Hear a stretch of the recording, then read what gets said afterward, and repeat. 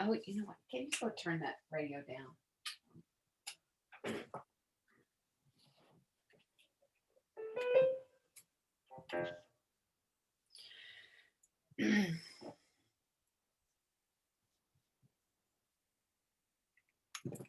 Okay, Mary, whenever you're ready. Okay, a little St. Patrick's Day tribute.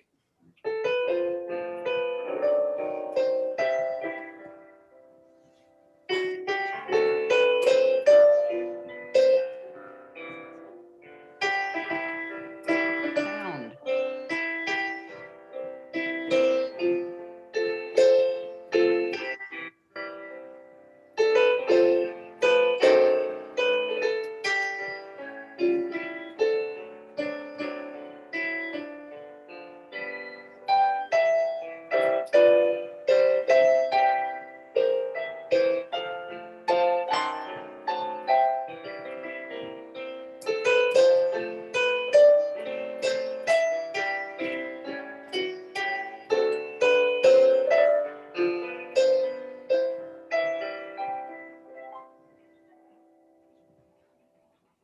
You, Mary. Okay, for our invocation this morning, we have, my slide didn't get updated. This morning we have Scott Mullins. If you bow your heads with me. Lord, thank you for watching over us this past year.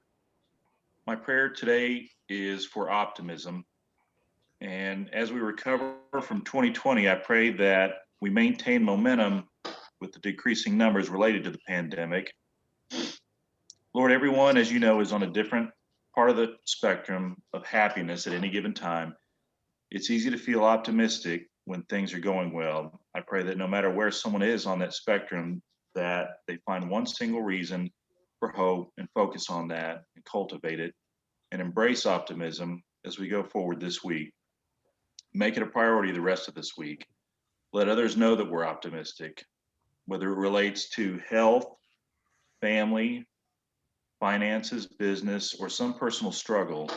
We know that we can do all things through you. I look forward to the day that we can all have these meetings again in person. In Jesus' name, amen. Amen. Thank you, Scott. Okay, our flag salute this morning will be Jack Beller. Join me in the pledge. I pledge allegiance to the flag of the United States of America and to the republic for which it stands, one nation under God, indivisible, with justice and liberty for all. And the four-way test of the things we think, say, or do. Is it the truth? Is it fair to all concerned? Will it build goodwill and better friendships? Will it be beneficial to all concerned? Jack. Okay, announcements this morning. Do we have any guests beside our speaker this morning? We'll introduce Lynn here in a few minutes, but welcome everybody. Let's see, I've got something in the chat.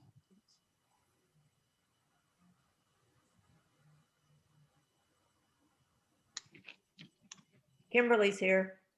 Oh, good morning, Kimberly. Okay. Does anyone have any happy dollars this morning?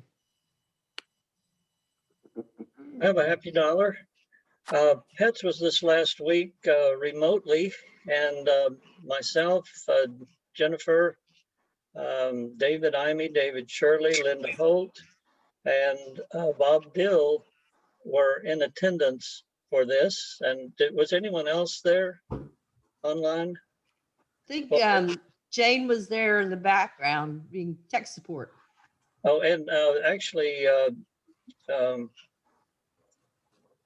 yeah, Jane was tech support on Monday night, but it was a long process. I mentioned earlier that it was 4.5 hours of Zoom, Monday, Tuesday, Wednesday, Thursday, Friday nights, and then another 4 hours of Zoom on Saturday.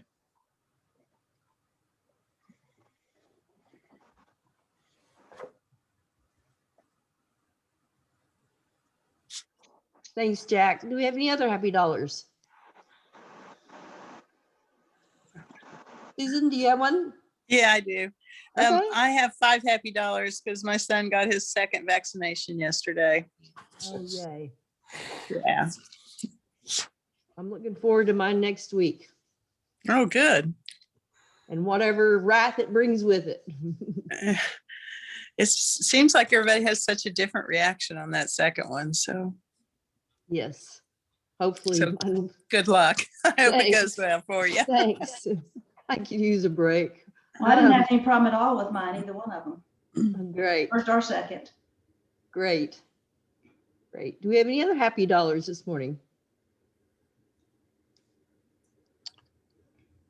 Okay. I well, have in the chat room. Oh, okay. Okay, Reagan has a happy dollar for a year's wedding anniversary. Congratulations.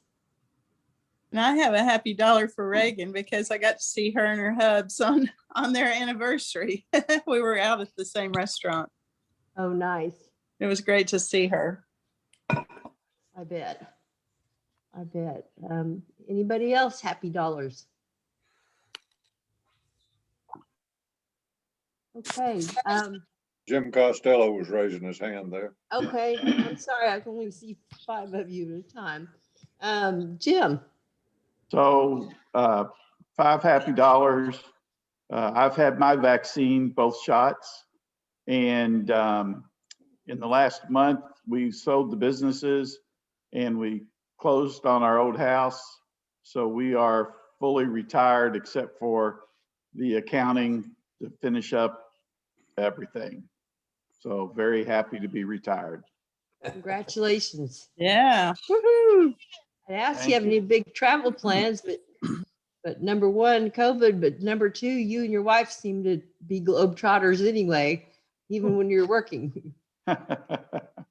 We like to travel and looking forward to getting together with everybody because Johnny, you'll have the distinguishment of, have you had any meetings at all that have been in person? It's hard to remember. We had one social, we had one meeting that was a social at Rudy's Yeah. when we split up into teams. But yeah, I know. I'm praying for May. I'm praying for May. Because I've had, it's been easy just logging on a Tuesday morning and not driving to Rudy's, or to the trails, but I'm anxious to see everybody in person and for it to feel like a real experience. How are you doing with your treatment? Any side effects? Just the typical side effects. I had a treatment yesterday. They added Keytruda yesterday because it seemed like my tumor in my throat, I can't swallow anything anymore. But so added that yesterday. So the only side effect so far is when I close my eyes, I see little white spots. So I'll take that over anything. But thank you for asking. We're praying for you. Thank you. Do we have any other happy dollars? We have an announcement about happy hour on Thursday.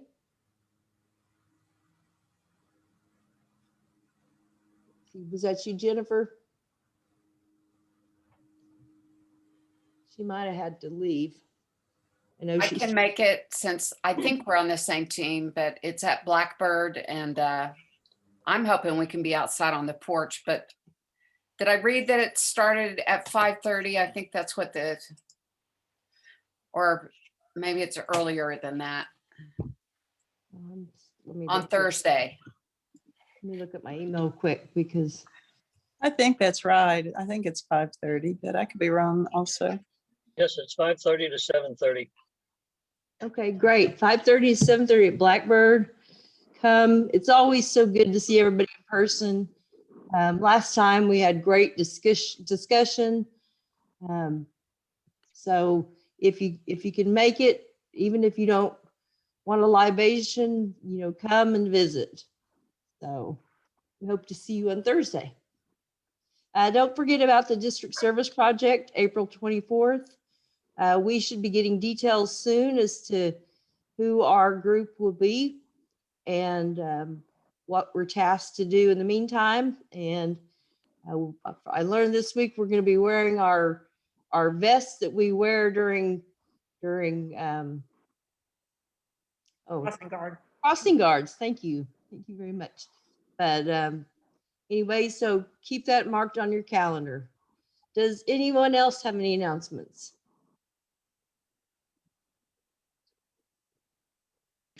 Hey, Jonna, I'm just Yes. throwing this out since the weather's getting nicer and maybe David can hone in, but we never really got through our whole stretch there on 12th Street, and just thought I'd check and see if anybody wanted to join me to pick up litter on Saturday. And I don't think we need to get up real early since we just had a time change, but maybe around 9 o'clock. David, if you're on, maybe you can give us a long range forecast. If it's windy, I would call it off, but I think it might be nice. I haven't looked at it closely, but it's going to be nice. It should be mostly nice. But I will tell you, I'm going to be out of town this weekend, so I won't be able to be there. But Saturday, the weather should be nice, probably 70 degrees that day. So, there'll be some probably Sunday's going to be windy. I think Saturday morning will be okay. That's great. And I guess just email me. I'll send out an email too with a little more specifics, but I've got the trash grabbers and everything. Norman just had a big, pickup about 3 weeks ago to get people out and pick up litter. And I know after the wind, there's probably some that has accumulated. Always trash there to pick up. Okay. Do we have any other announcements this morning?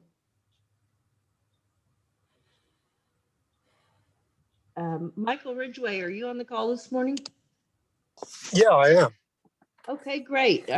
Will you announce our guest this morning? Yeah, I'd be glad to. I'm here from Lake Texoma, where I'm in a campsite.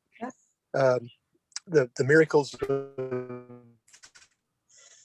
the Zoom is that I can attend from anywhere.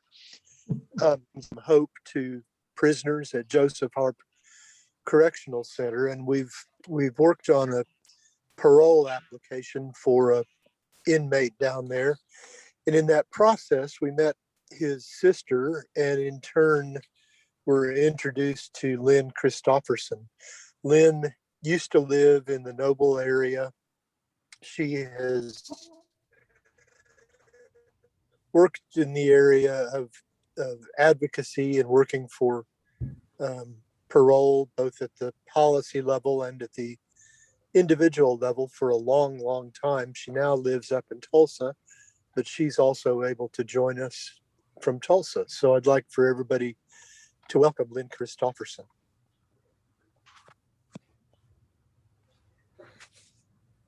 Okay.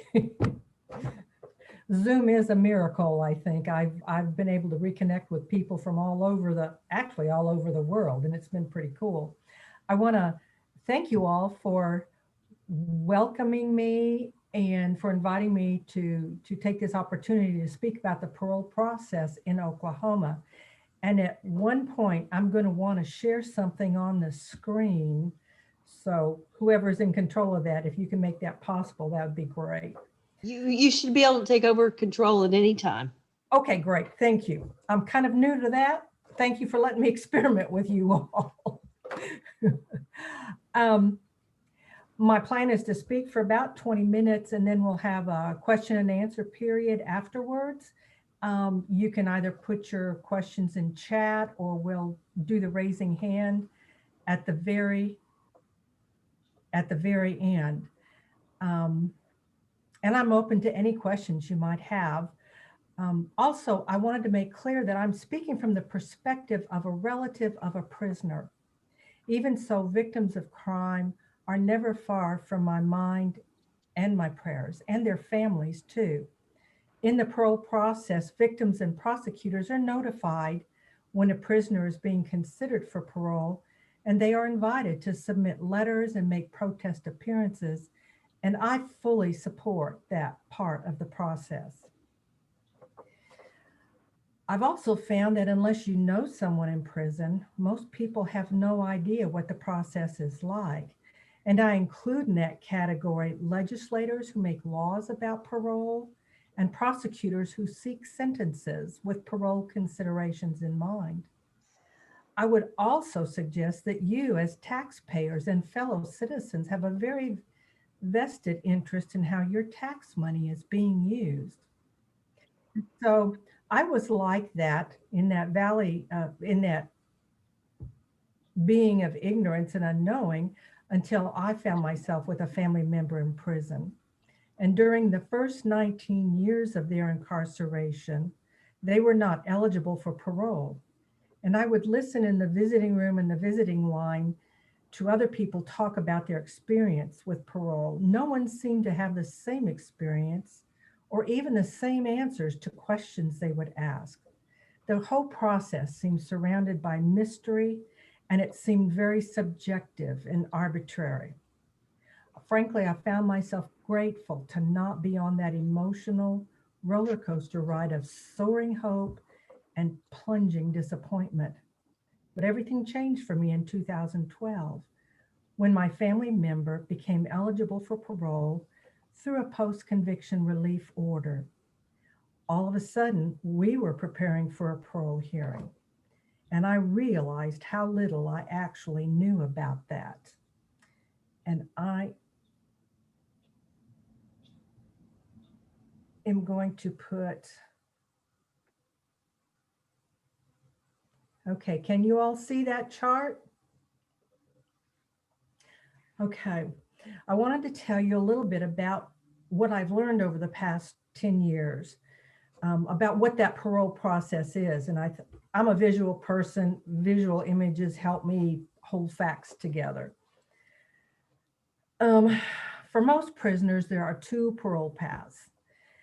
And that is, their path is determined by the date of a crime, their crime is committed, and the nature of the crime as defined by Oklahoma statute.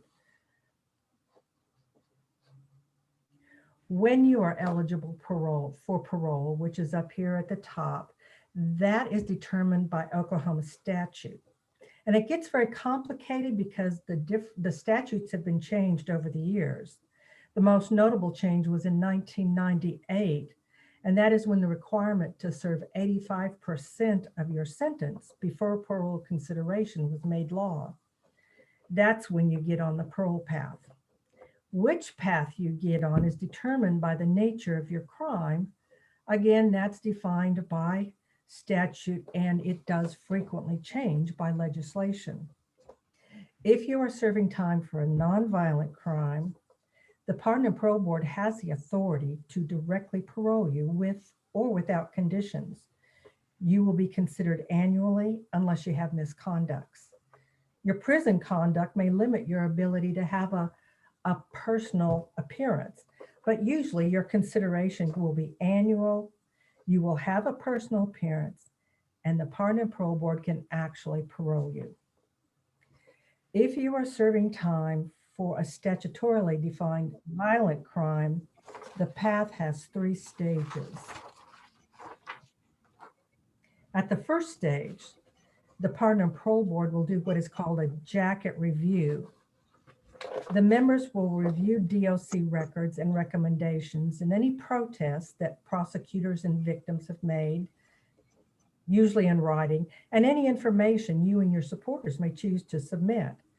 Your submitted information is called a parole packet, and the Pardon and Parole Board members review all that information before the meeting. They come to the meeting with their decision already made. Your name is announced, the roll is called, and the votes are recorded. If there are 3 votes, you will advance to the next stage, stage 2, a personal appearance. If there are not 3 votes, your parole is denied. A tie vote defaults to a denial regardless of how many board members are present and or recused. And that's been problematic most recently because since January, we've only had 4 members on the 5-member board. If you advance to stage 2, you will be docketed for a personal appearance where a supporter can speak on your behalf for 2 minutes. You will appear at the meeting via video conferencing. You will be able to speak to the Pardon and Parole Board and answer any questions that they may have. You may have 2 supporters present with you at your prison. Another parole packet is sent to the Pardon and Parole Board. Further investigation is made, and prosecutors and victims are invited to make protests, again, in person and in writing. Once all have had their say, you will leave the room and the roll call vote is conducted. Again, if you receive at least 3 yes votes, the Pardon and Parole Board will make a recommendation to the governor for parole. And the governor in the state of Oklahoma has the final say in the parole of prisoners who have committed a violent crime. If there are not 3 yes votes, the parole is denied and you will not be considered for another 3 years. The Pardon and Parole Board can even choose to put you off for 5 years. No reason is required or given.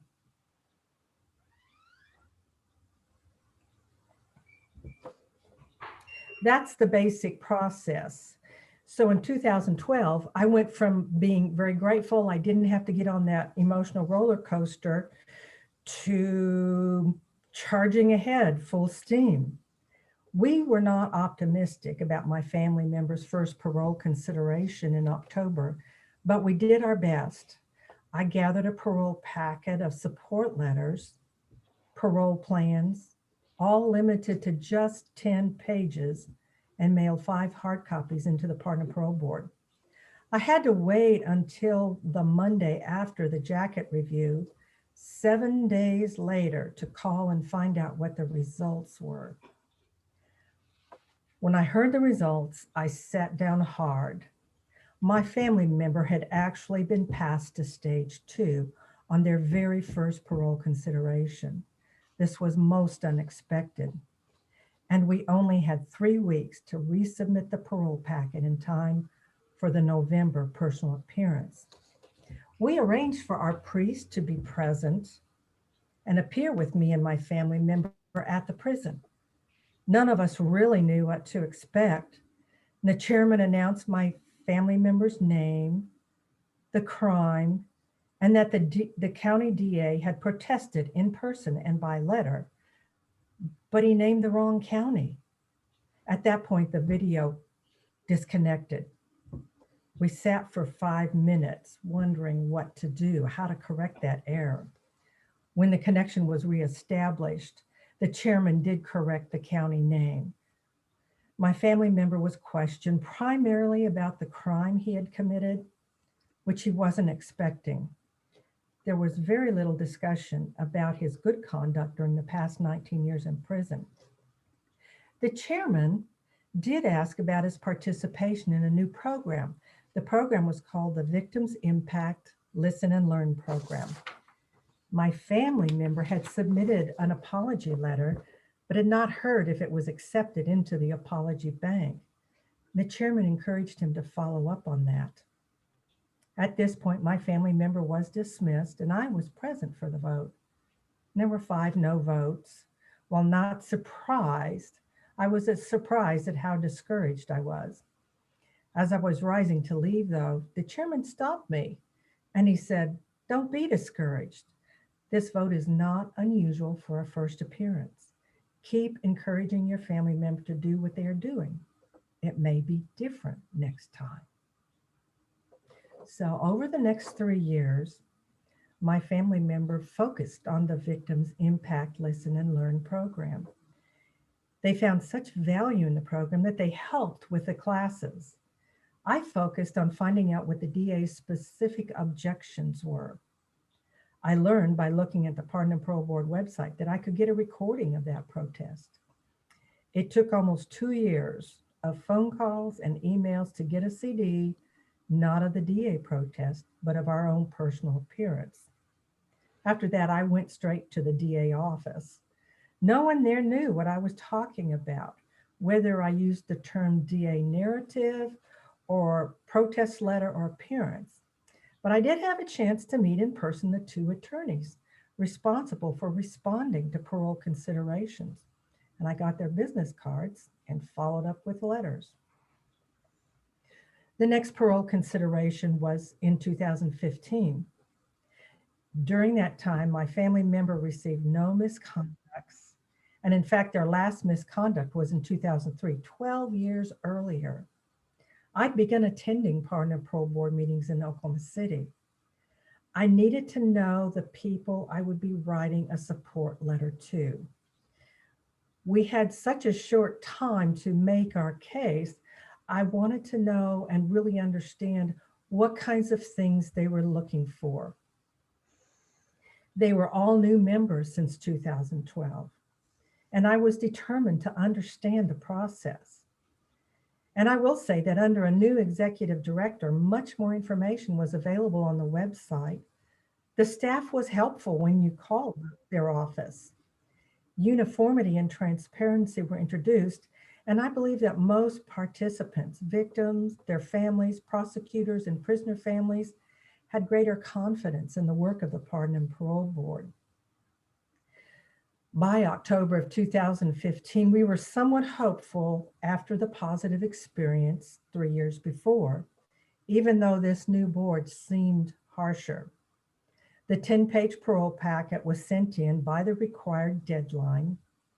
Then I heard that the board had become more efficient. They could vote on 200 jacket reviews in just 1 hour. That's when I learned each member reviewed material before the meeting and arrived with their decision already made. All that was needed was a roll call vote, about 18 seconds per prisoner. So the parole board began their jacket reviews after their business meeting, and it was about 10:30.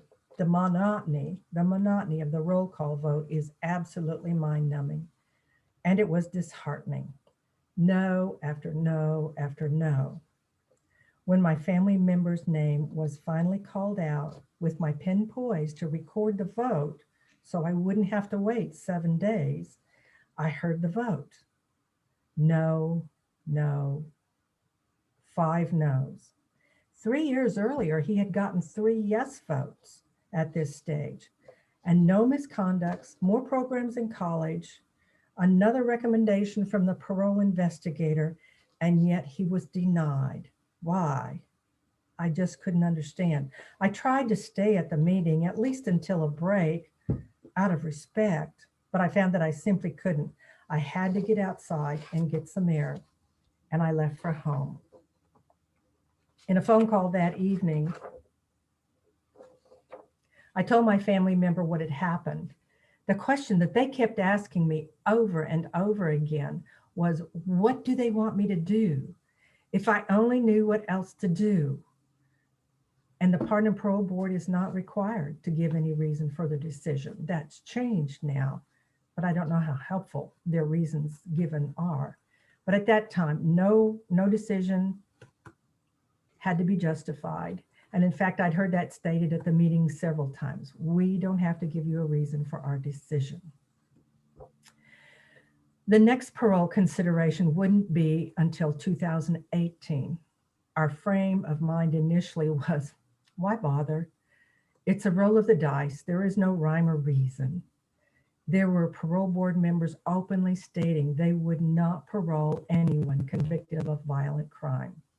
Some joked about the Victims Apology Bank, and they did this by offering to write an apology letter when one accidentally bumped into another member at the table. They giggled after being hushed by the chairperson. But then we determined, because you have to stay in the rotation, that we would proceed. Waiving a parole hearing became a part of your record, and it invited suspicion, wondering why. We approached the process this time as an employment application and interview. My family member got a private prison industry job that paid more than gang pay. They were able to save significant money to show they had financial means to get established if parole. They worked with a computer, and there were pictures of that, his workstation, in the parole packet. I continued to focus on the DA protest. I learned that they usually didn't make an in-person protest until someone actually made stage 2. But the problem continued to be that first hurdle, that jacket review. One month, I learned that the DA in our case would be appearing himself to protest. In-person protests are on Monday afternoon, right after lunch. I waited until he was finished and then approached him as he was leaving. He was actually willing to listen to details right there, but I suggested that he was a very busy man and could I send him information about my family member. He agreed and we exchanged business cards. I sent the DA the parole packet with a cover letter. And in my letter, I asked the DA if he would, at the jacket review stage, submit a letter either supporting parole or that he would at least not protest the parole. And I sent one follow-up letter, but I never heard back. You know, and always in the back of our mind, there's a concern about irritating the decision makers, causing them to vote no just because. Another thing I learned over the past 3 years was that I could request a copy of the parole investigator's report. This is where the parole investigator interviews the prisoner before his parole consideration. And it's usually a 3 to 4 page report of all of their activities and conduct while they've been in prison. And in the end, there's a parole recommendation. Their work has been especially challenging in this past year with COVID because access to prisoners has been extremely limited. And one of the things that I had learned was that they do make mistakes. Their caseload is incredibly large. And so we could get the report early to look at it and see if there were any factual mistakes and try to correct them before the actual consideration. So this was in 2018, and we submitted the parole packet, which could now be any number of pages. And we tried to find the balance between showing strong support and yet not too much for board members to read. At this time, they're considering about 1,000 parole, pardon, and commutation applications a month.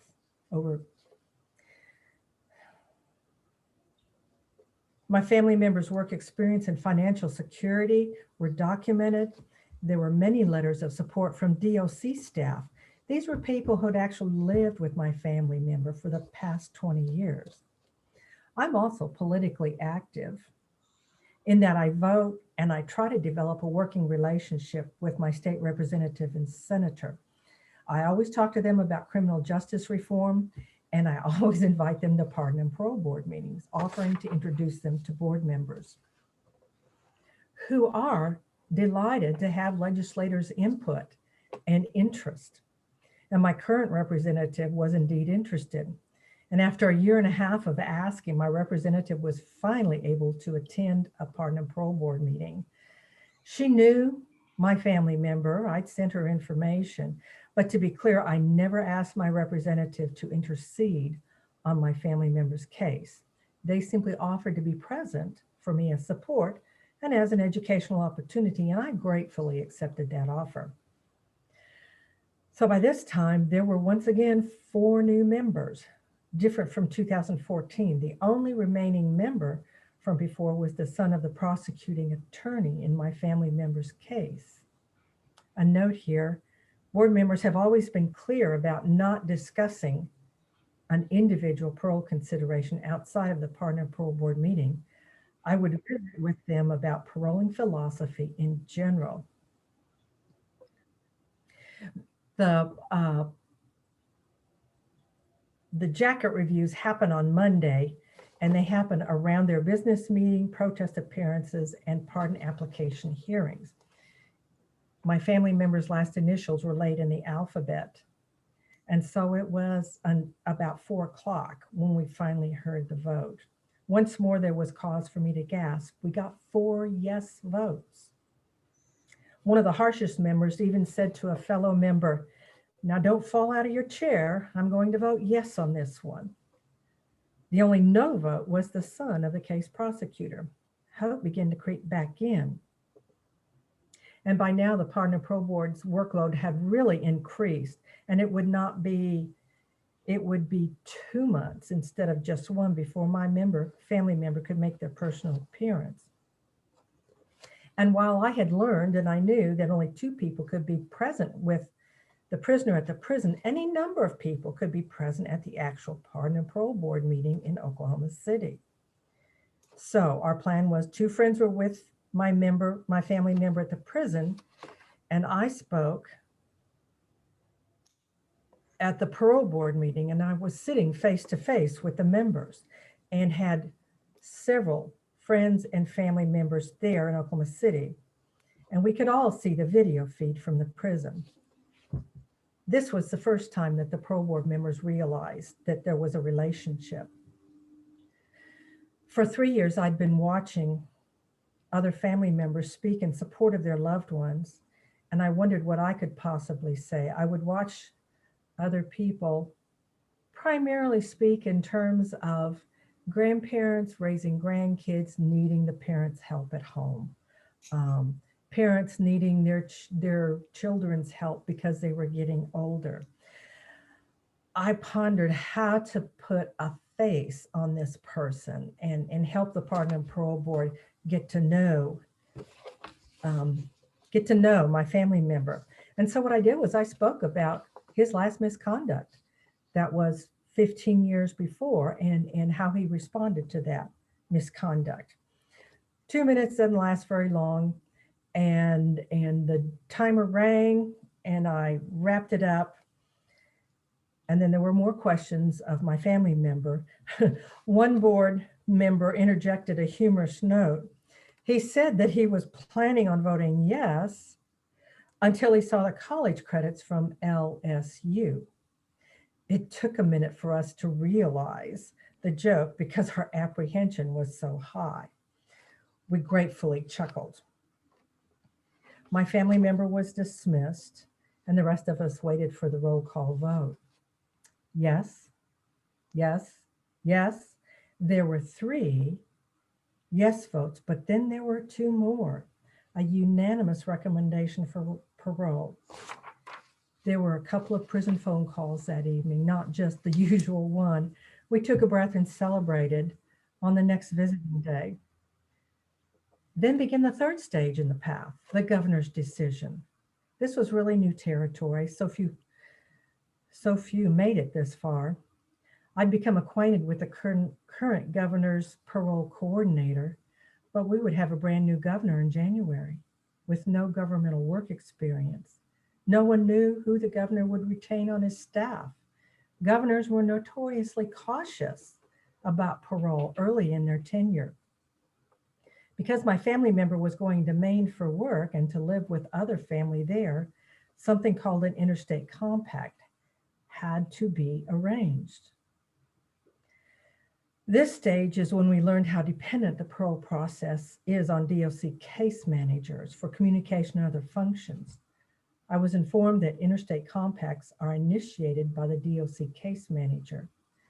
The case manager's response to my family member's request was, "I don't know anything about that. I can't help you."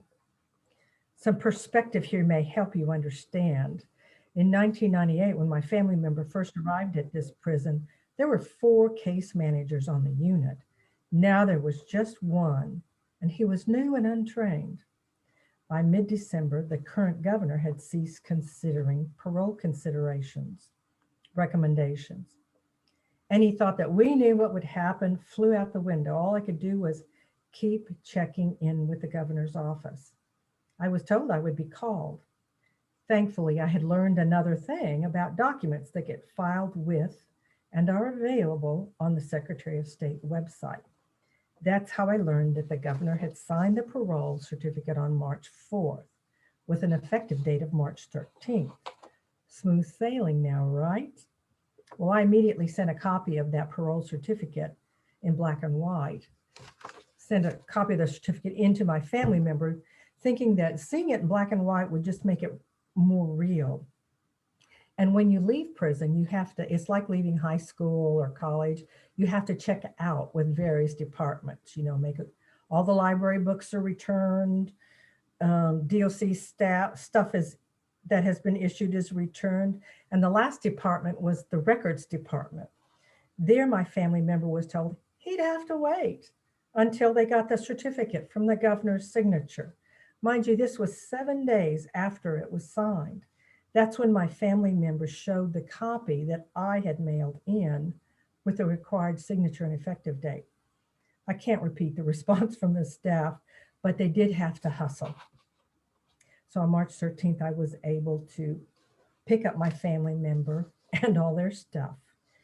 And they were given a sticky note, a yellow 3M sticky note with the name and phone number of the main parole officer and instructions to call him immediately.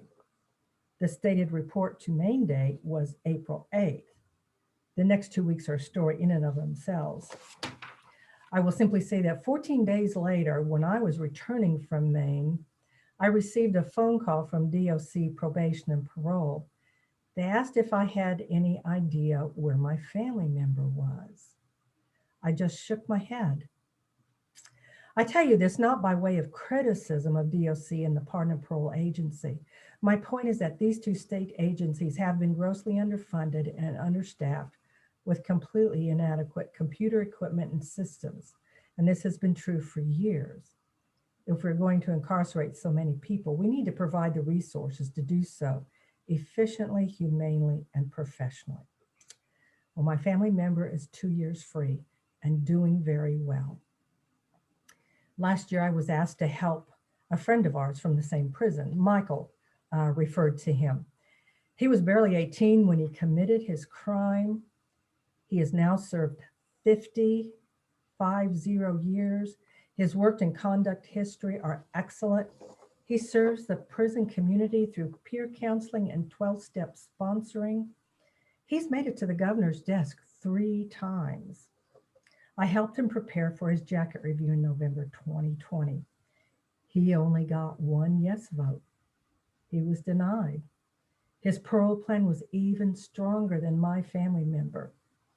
Still, the process makes no sense to me. I hope you've gotten an idea of the effort put into my family members' parole consideration. Effort from them, from myself, and from our many supporters. It was a lot. I was able to follow up at each decision point. So many prisoners and their families only know to wait for someone to communicate with them. I wonder how long it would have been for the prison records department to get the news that my family member had indeed made parole. I've shared this wisdom I've gained with families and prisoners every chance that I get. Sadly, very few prisoners have a family member with the resources and the energy and the interest that I do. It shouldn't be so. Personal appearances are so important, and yet the majority of prisoners, they don't get that. I've heard board members say that they vote differently when they can see and talk to a prisoner. Why can't that be the case for all? And now in closing, when I first started attending Pardon and Parole Board meetings in 2015, I frequently was asked why. And I would respond that in particular, I'm trying to help a family member. But in general, I'm trying to reform the parole process in Oklahoma. And I don't know how much reformation there has been, but I can tell you that family members regularly attend Pardon and Parole Board meetings. It is still a discouraging and unequal process, but it's not quite so mysterious. Just last week, my representative mentioned the possibility of an interim study on parole. I'm hopeful things don't change quickly, and all I know is to keep persisting. Well, I've said a lot right now and a little ran over my time. And so at this point, I'd like to hear what your thoughts and questions might be, how to continue the conversation. And so I don't know if people use chat mostly, or if you simply raise your hand. Can the meeting leader help me with that? Yeah, usually people chime in with their questions. Okay, okay. I have a real quick question. Why is it that only nonviolent crimes are ever considered? And I ask that because I know someone who, they're, they had one event where it was, where one officer said that he had pointed a gun at her. The other officers that was present didn't see it happen. He said he didn't point it, and his attorney encouraged him to agree to the charge. And so to end the process, to get it over with. And so he was, I don't know how old he was at the time, but signed the form, agreed, got his sentence started. Then 9 years later, they're talking about parole, and then they say, oh, he can't be because he's got this violent, he's a violent offender. And it was the one mistake of him pleading guilty on his attorney's request or suggestion, recommendation. And it just seemed unfortunate that that one decision made a decision for him 10 years later. Thank you for that. And this brings up, I do have a problem with the labels violent and nonviolent offender. And if you'll notice, I was very careful about using those two terms to apply to the crime, not the person, because like this person you're talking about, the question is, are they inherently violent in their nature? And my family member, who addiction was a part of the problem, was very similar, although he did commit a much more serious crime. But alcohol was a part of the situation, and he did not carry a weapon himself. But I remember him making the observation that he never carried a weapon, but his drug dealer always was armed and ready. So I think it's really important, and that's one of the things I hope will change about the system, is that we will move away from those labels, because they don't speak the whole truth. They don't speak the whole truth about the person. Oklahoma's always been known as a tough on crime state, and that's one of those little things that and that's one thing that you can do, is start using your words differently. So thank you for that question.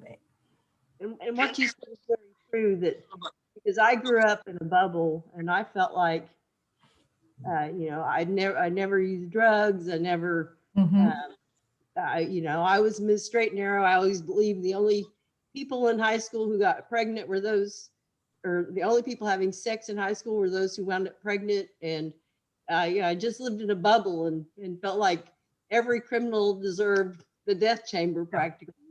But once you know somebody personally who is in prison, it humanizes the process. It makes it very different. Yes. Thank you. Lynn, thanks for sharing. For many years, Oklahoma has put people in prisons and jails, and more than 80% of them are there on drug-related charges, not necessarily threats to society. But as Cal Hobson says, in Oklahoma, we throw a lot of people in jail, not because they need to be there and stay there, but because we're mad at them. We don't seem to take redemption into account too much. But I think one thing that is important for people to know is that once those that have paid their debt to society get out, they face obstacles afterwards as well. including basic citizenship rights, but even more specifically, various fees, fines, charges that they have to pay, and many of them can't because they were probably in prison to start with because of socioeconomic status. Many of them can't, and then what happens to them? They wind up back in jail because they can't pay. There is a move, and we have a reporter at KGOU dedicated to criminal and social justice matters. There is a move this year in the legislature to address that issue of post imprisonment fines and fees. Do you have any thoughts on that? Yes, that's a very real problem. I know, and there is also, I think it's national movement. I'm not sure if there are bills in the legislature here in Oklahoma, but to deal with this question of getting an ID. One of the things was we had to drive to Maine because my family member didn't have an ID that would get him on an airplane. And that wasn't going to happen fast here in Oklahoma. It takes time he hadn't had a driver's license in 26 years now. But fines and fees, I know parole supervision is $40 a month. And to many of us, that doesn't sound like a whole lot of money. But if you don't have a job and you are very limited on what jobs you can get, that is huge, because there's usually conditions as well. Drug testing, those kinds of things. And you have to pay for them. They're not provided. So that's something that really, and again, that kind of, my thought kind of goes back to, if the society, the citizens of Oklahoma are going to support incarcerating people at the rate we do, we need to be willing to pay the income tax, the taxes it takes to support that. I think it is unfair to put the whole burden on the whole system, because,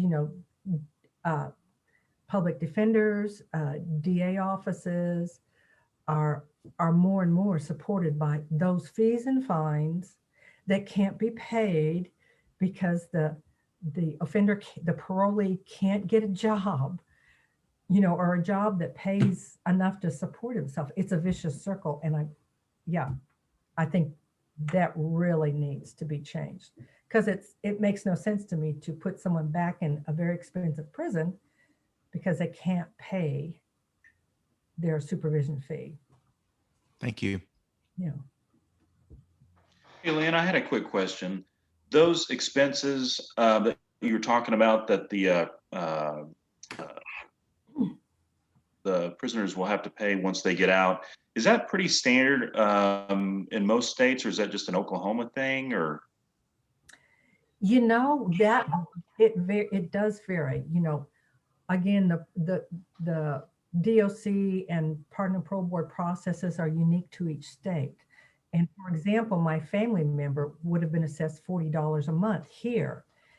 Maine, he doesn't pay anything. In fact, they don't have parole in Maine. What they do is their focus is on probation. So a sentence would be, there may be some incarceration time, but there's always a probation period afterwards where they get to kind of practice living in the free world. And they are supported with counseling and that kind of thing afterwards. So it does vary from state to state.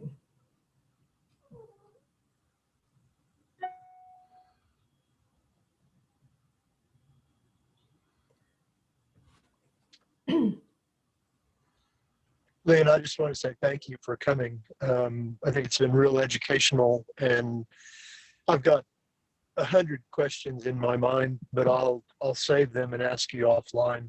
Okay. But I just really enjoyed. I appreciate what you do, and I appreciate your message. And thank you. Thank you, Michael. Thank you for this opportunity. I echo that. I'd have 100 questions also, and unfortunately, we are out of town. But I do have one question, because you've mentioned attending pardon parole meetings.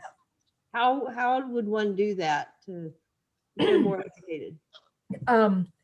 They're open meetings. They have to be by state law. They're in Oklahoma City. I don't know if you all on North Lincoln Boulevard. Well, actually, you can attend them by Zoom right now, which will make it really easy. And what if I send you information, Jonna, about the next meeting and where to find the Zoom codes to get into it? Especially Monday mornings, the business meeting. And of course, we've got a new member coming on board. There's a 1,500 commutation application backlog. There are 30 inmates on death row who there may be clemency hearings in the next year. Attending on Zoom makes it very accessible to citizens. So I will send you that information. Okay, and I'll distribute it. Thanks. Yeah. Thank you again for being our speaker. Been very interesting. Like I said, just like Michael said, I've got 100 questions running through my head, and I'm sure everyone does. But it's a process you've given us a unfortunate side into. But hopefully you're making progress in helping change things. So thank you. Thank you. So Rotarians, go out and have a great week and open the opportunities. Thank you for being here this morning. Bye. Don't forget about happy hour Thursday. Like bird. Jonna, can we stay on and I'll give you my email or you can give me your email address? You bet. You bet.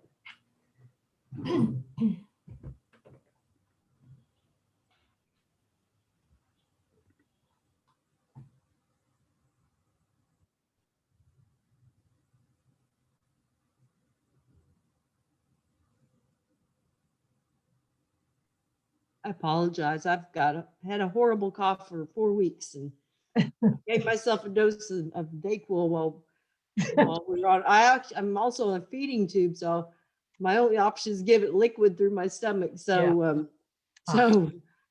I gave myself a dose of Dayquil, and I think it's kicking in finally. My email address is JBUCK. BUCK. Yeah, like your last name. Yeah, at OK Coop COOP.org. Okay.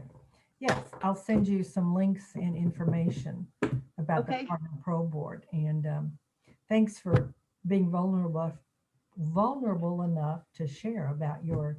Oh, actually, it's my stepson, and he was in prison for 9 years and federal prison, and but also had state charges. And he was out. We did everything to support him. He was doing great for a year and a half, and then he messed up, and so he's back for another year. So I remember hearing Chris Steele, who was on the Pardon and Parole Board for a while, talk about how so often it does take more than one attempt at sobriety before it actually, and age, age makes a difference. Right. You just grow out of the. But I'm not naive anymore. I know if he was caught with doing one thing, he was probably doing 5. So you get a clear-eyed vision of things.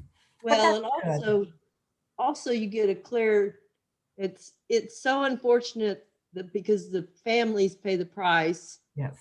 They feed the commissary these horrible rates and phone call rates, and it's for lower socioeconomic people, what a huge burden, and families trying to support their loved ones. Yeah, it really is. Yeah. But thank you again for being here this morning. I really enjoyed it. Thank you. All right. Take care. Okay, you too. Bye. Bye-bye.